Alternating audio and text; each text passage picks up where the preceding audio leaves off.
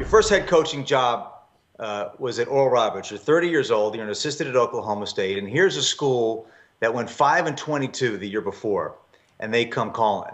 What was it about that job, and what was it about you that made you think at the age of 30 that you could take on to that job? Because you get your first job. If it goes south, that could be the end of your career. Yeah. Well, I was too naive to understand that. If looking back now, I probably would have never done it. But I was brash and 30 and thought that I could change the world and go there. And in just 1 year, we totally flipped it. We totally changed the program around, and we went from 5-22 to 6-21, and lost 18 games in a row. And so it was miserable. And then I realized then, hey, I'm not going to outfox anybody. I need to get better players. And we had a great staff, and we ended up getting some good kids, and we ended up getting on a roll there, a really serious role. And then we had a chance to go to Tulsa after that. But it was a great place to coach. If I'd have made the same mistakes at a high-profile place that I made there, I would have lasted 1 year. So it was great that I had a supportive administration, and basically not too many people were watching, because I tripped all over myself that first couple of years.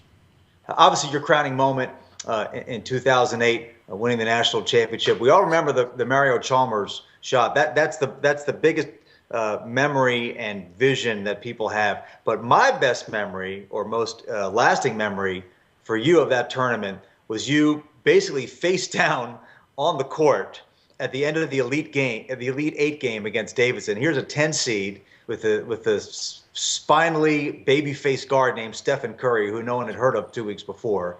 And everybody's rooting for him, and you'd been to all these Elite Eights and all these different schools and had never gotten to the Final Four. It just looked like this incredible relief came over you at the end of that game. Was that the most gut-wrenching game you've ever coached? We've had a few of those. I think prior to that, Seth, we were 0-4 in the Elite Eight games, and I think we played in 7 or 8 of them so far now, and those are tough games to lose, because if you lose the first game of the tournament, it stinks, but at least you're in the tournament. If you lose the second game, at least you won a game. If you get to the second weekend, at least we won, got to the second weekend, Sweet 16, and the championship game was crushing that we lost to Kentucky, but still yet we were there. But those Elite Eight games, because the whole emphasis of everything is road to the Final Four, and it's played out to getting to the Final Four in many cases like going, getting to the championship game. So we'd fallen short a lot and been close, and so we're playing Davidson. We were better than them, and I had a guard, Russell Robinson. We were loose.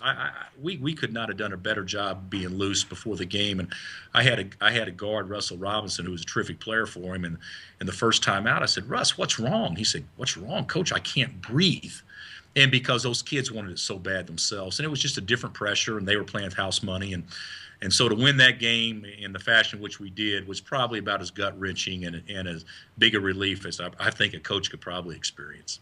It's too bad, It's like you finally get to the Final Four after all those tries, and you're not feeling elation. You're just feeling, relief that you got there. And it leads me to ask you about, winning the tournament. And I've had these conversations with Billy Donovan, who of course won 2 in a row. I think it's a good parallel with you, because you both won it at a relatively young age while you're still in your 40s.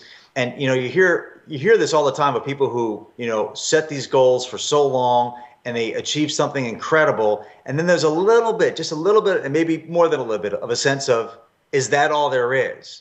I'm wondering if you experienced any of that when you won the title. Not at all. The thing I think about, I've always been motivated differently. Since I've been into coaching, I've been motivated more from, not losing than I am the joy of winning, probably. And I think a lot of coaches are that way.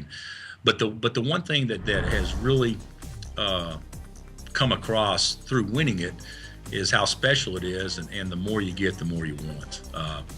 And so, if anything, I'm not going to say that I work as hard now, as you pointed out my age earlier, than I did when I was 30 years old, just getting started or whatnot. But I will tell you this, I'm as thirsty to win, and I think that has been great motivation, because the taste is so sweet. And the other thing is, you see how it changes people's lives that have been so good to you.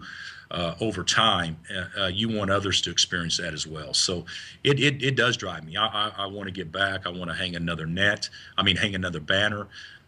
Not for me as much. I think the first one could have been a little selfish, thinking, well, I want this or I want that. I'm totally in the mode, hey, we need this.